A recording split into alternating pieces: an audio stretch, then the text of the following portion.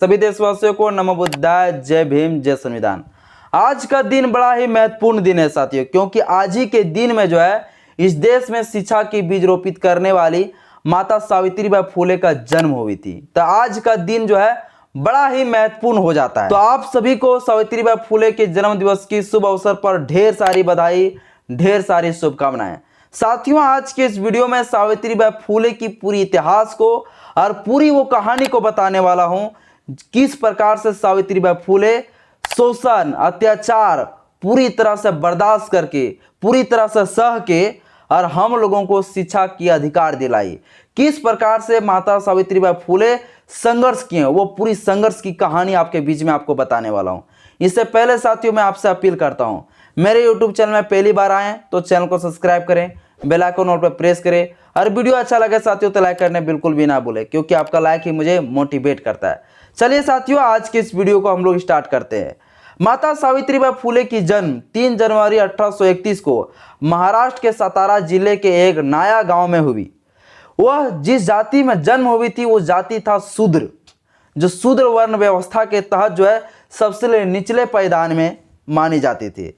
माता सावित्रीबाई फुले का पिताजी का नाम खंडोजी और माता का नाम जो है लक्ष्मीबाई थी। वह उस समाज से थी जिस समाज को शूद्र कहे जाती थी, जिस शूद्र समाज के गले में मटका होते थे, जो गले में मटका ताकि जमीन में थूक ना सके, पीछे झाड़ू होते थे ताकि जो है अगर पैर जमीन में चले तो पैर का निशान मिटते जाए, क्योंकि अगर ब्राह्मण अगर उस पैर के निशान में अगर पड़ जाता ब्राह्मणों का पैर तो वो अपवित्र हो जाता है, इसलिए पीछे झाड़ू बांध के रख दिए जाते थे। इसके बाद पैर में जो है घुंघरू बांध दिए जाते थे ताकि दूर से ही जो है ब्राह्मणों को ये इंडिकेट कर सके कि शूद्र आ रहा है, वो अपवित्र ना हो जाए, इसलिए पैर में घुंघरू बांध दिए जाते थे। वह उस समय का दौर था साथियों, और उस समय के दौर में विधवा महिलाओं को दोबारा शादी करने का अधिकार नहीं था। यदि कोई महिला विधवा हो जाती थी तो उसकी बाल छील दिए जाते थे और उसे जिंदा जला दिए जाते थे, सती होने पर मजबूर होना पड़ती थी। वह उस समय का दौर था जिस समय इस देश में शूद्रों को शिक्षा ग्रहण करने का अधिकार नहीं था, शिक्षा ग्रहण करने से वंचित रख दिए गए थे ये ब्राह्मण लोग। वह उस समय का दौर था साथियों, और उस समय माता सावित्रीबाई फुले का जन्म होती है 3 जनवरी 1831 को। 1831 में जन्म होती है और 1841 में जो है ज्योतिराव फुले के साथ जो है उनकी शादी हो जाती है। आने की उस समय उम्र जो है सावित्रीबाई फुले की 9 वर्ष रहती है। 9 वर्ष की उम्र में जो है सावित्रीबाई फुले की शादी हो जाती है। ज्योतिराव फुले के साथ जब उसकी शादी हो जाती है, शादी होने के बाद इस देश के शूद्र समाज के साथ जो अत्याचार होता है, शूद्रों को किस प्रकार से शिक्षा से वंचित रखा गया है, यह चीज देख के उन लोगों को बहुत बड़ा जो एक चेतना उभर के आती है, बहुत बड़ा उन लोगों को जो है एक सोच उभर के आती है कि इस देश के शूद्र के समाज के लोगों को भी पढ़ाना चाहिए। पर इस देश की ब्राह्मण व्यवस्था, इस देश की जो है मनवाद व्यवस्था इस प्रकार से जकड़ दिए थे, इस प्रकार से इस देश में जो है कानून का डर डरा दिए थे, इस प्रकार से जो है धर्म का डर डरा दिए थे कि लोग जो है अपने बच्चे को पढ़ाने के लिए खुद से मना कर देते थे। यानी कि लोगों का मानना था कि भगवान ने जो है किताब लिखा है, ईश्वर ने एक किताब लिखा है, जिस किताब में ऐसा लिखा गया है कि शूद्र के लोगों को पढ़ने का अधिकार नहीं है, शूद्र के बच्चे को पढ़ना नहीं चाहिए, शूद्र के बच्चे को पढ़ने के बराबर है पाप माना जाता था। इसलिए लोग अपने अपने बच्चे को नहीं पढ़ाते थे, क्योंकि ब्राह्मण इन चीजों से वंचित करके रखा हुआ था, और कोई पढ़ना भी चाहता था तो उसे रोक दिए जाते थे। यह धर्म के विरोध था, धर्म के विरोधाभास था। आने कोई शूद्र समाज के लोग पढ़ जाते हैं तो धर्म जो है विनाश हो जाता, धर्म जो है अपवित्र हो जाता, इसलिए जो है लोगों को जो है पढ़ने के अधिकारों से वंचित रख दिया गया था। तो वो उस समय का दौर था साथियों। पर सावित्रीबाई फुले को पढ़ने का शौक थी और ज्योतिराव फुले को इस समाज के लिए कुछ करने का शौक था।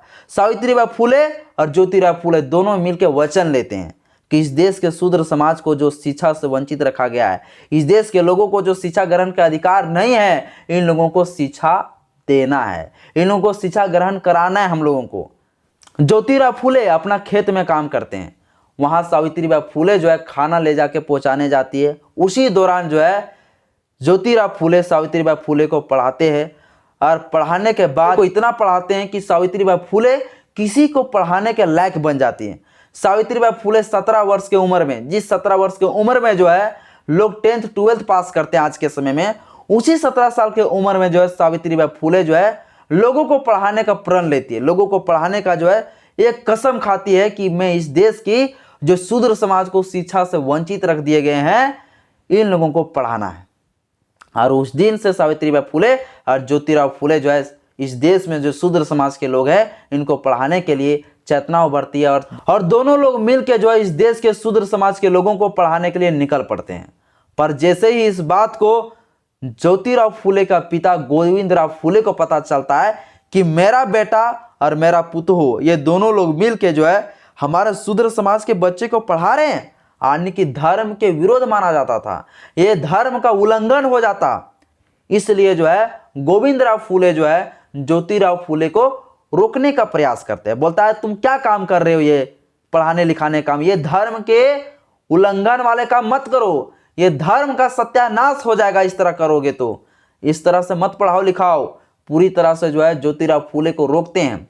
इसके बाद गोविंदराव बोलता है तुमको जो करना करो, पर मेरा पुतोह को कुछ ऐसा मत करने दो, इसको पढ़ने लिखने मत दो और इसको पढ़ाने लिखाने भी मत दो। गोविंदराव फुले जो है अपना बेटा को भी बोलते हैं, अपना पुतोह यानी कि सावित्रीबाई फुले को भी बोलते हैं और दोनों को पूरा डांटते हैं। डांटने के बाद भी ज्योतिराव फुले कसम खा लेते हैं कि मुझे घर से आप बाहर निकाल दीजिए, पर फिर भी जो है मैं इस देश के शूद्र समाज के लोगों को पढ़ाने के लिए मैं पीछा नहीं हटूंगा। सावित्रीबाई फुले और ज्योतिराव फुले उस घर से उसी दिन जो है निकल पड़ते हैं। उस सावित्रीबाई फुले और ज्योतिराव फुले उसी दिन जो है अपना घर को छोड़ देते हैं। घर को छोड़ तो जरूर देते हैं लेकिन शूद्र समाज को पढ़ाने के लिए नहीं छोड़ते। सोचिए साथियों, वो उस समय का दौर था कि हम लोगों को पढ़ाने के लिए अपना घर त्याग देते हैं और उसका पिताजी जो है उसे घर से बाहर निकाल देते हैं। घर से बाहर निकलने के बाद ज्योतिराव फुले का एक मित्र के घर पहुंचते हैं दोनों लोग, सावित्रीबाई फुले ज्योतिराव फुले। घर पहुंचने के बाद वहीं पे अपना मित्र का जो पत्नी रहता फातिमा शेख, वो चारों लोग मिलके सावित्रीबाई फुले, फातिमा शेख का पति और ज्योतिराव फुले, ये चारों लोग मिलके जो है पूरी तरह से निर्णय लेते हैं कि देश के शूद्र समाज के लोगों को कैसे पढ़ाना चाहिए, किस प्रकार से हम लोग पढ़ा सकेंगे। ये चारों लोग मिलके जो है शूद्र समाज को पढ़ाने के लिए एक प्रण लेती है, एक कसम खाते हैं कि इस देश के शूद्र समाज को पढ़ा के ही दम लूंगा। और उस समय सभी लोग मिलके जो है सावित्रीबाई फुले, ज्योतिराव फुले इतना कुछ प्रयास करने के बाद 1848 में जो है सावित्रीबाई फुले सबसे पहले अपना घर में ही विद्यालय खोलती है 9 छात्रा के साथ। मात्र 9 लड़की रहती है और 9 लड़की के साथ जो विद्यालय खोलती है। फिर एक साल में 5 विद्यालय खुलती है और 5 विद्यालय में करीबन 100 से 150 जो है छात्रा पढ़ना शुरू कर देती है। 150 से 150 शूद्र समाज की महिला पढ़ना शुरू कर देती है। यानी पूरी तरह से समाज जागरूक होने लगा, समाज पूरा पढ़ने लिखने लगा। इसके बाद जो है सावित्रीबाई स्कूल में पढ़ाने जाती थीं तो उनके ऊपर पत्थर फेंके जाते थे। कई बार उनके चेहरे पर गोबर और मल जैसी गंदगी तक फेंकी गई। उनके साथ ऐसा होता था इसलिए वह हमेशा अपने साथ थैले में एक साड़ी अलग से लेकर चलती थीं और स्कूल पहुंचने के बाद अपने कपड़े बदल लेती थीं, लेकिन कभी भी विरोधियों से झगड़े में अपना समय बर्बाद नहीं करना चाहती थीं। उसी बीच साथियों, आप लोग को पता होगा कि इस देश में जो है विधवा महिलाओं को जो है दोबारा शादी करने का अधिकार नहीं था। दोबारा शादी नहीं कर सकते थे विधवा महिला। यदि कोई महिला विधवा हो जाती थी तो उसे जो है जिंदा जला दिया हो जाती थी तो उसे जिंदा जला दिए जाते थे बाल छीलकर।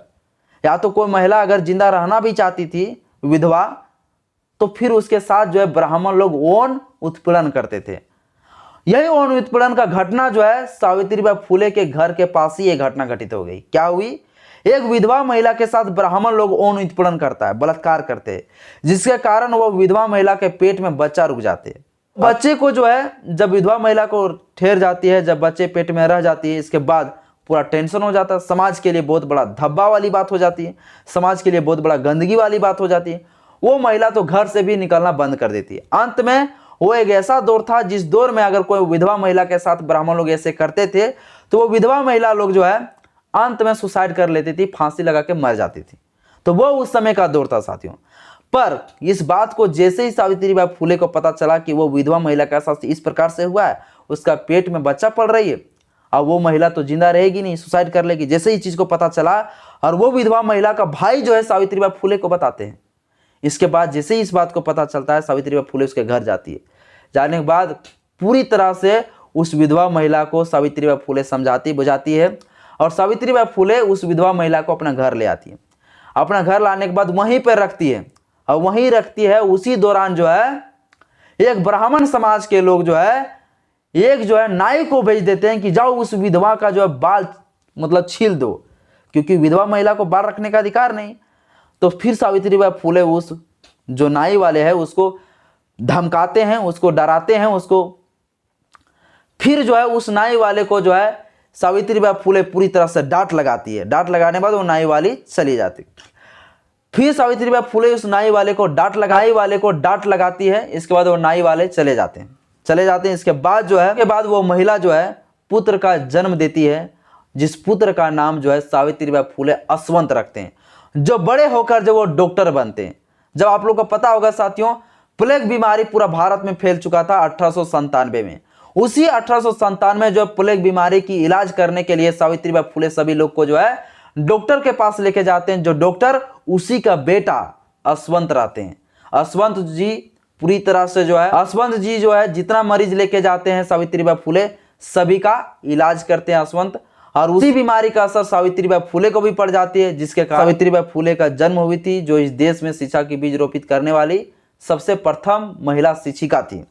तो साथियों, आज के समय में ये ब्राह्मण लोग जो है शिक्षा की देवी जो है सरस्वती माता को बना दिया गया है। याद रखिए, सरस्वती माता कोई विद्या नहीं देता है, वो विद्या लेती है, वो विद्या देने वाली नहीं है। कौन सा विद्यालय में पीएचडी की थी, कितना लोगों के लिए विद्यालय खोली थी सरस्वती माता, बताइए कितना पीएचडी की थी, कितना लड़कियों को पढ़ाएं, कितना शूद्र समाज के लोगों को पढ़ाएं।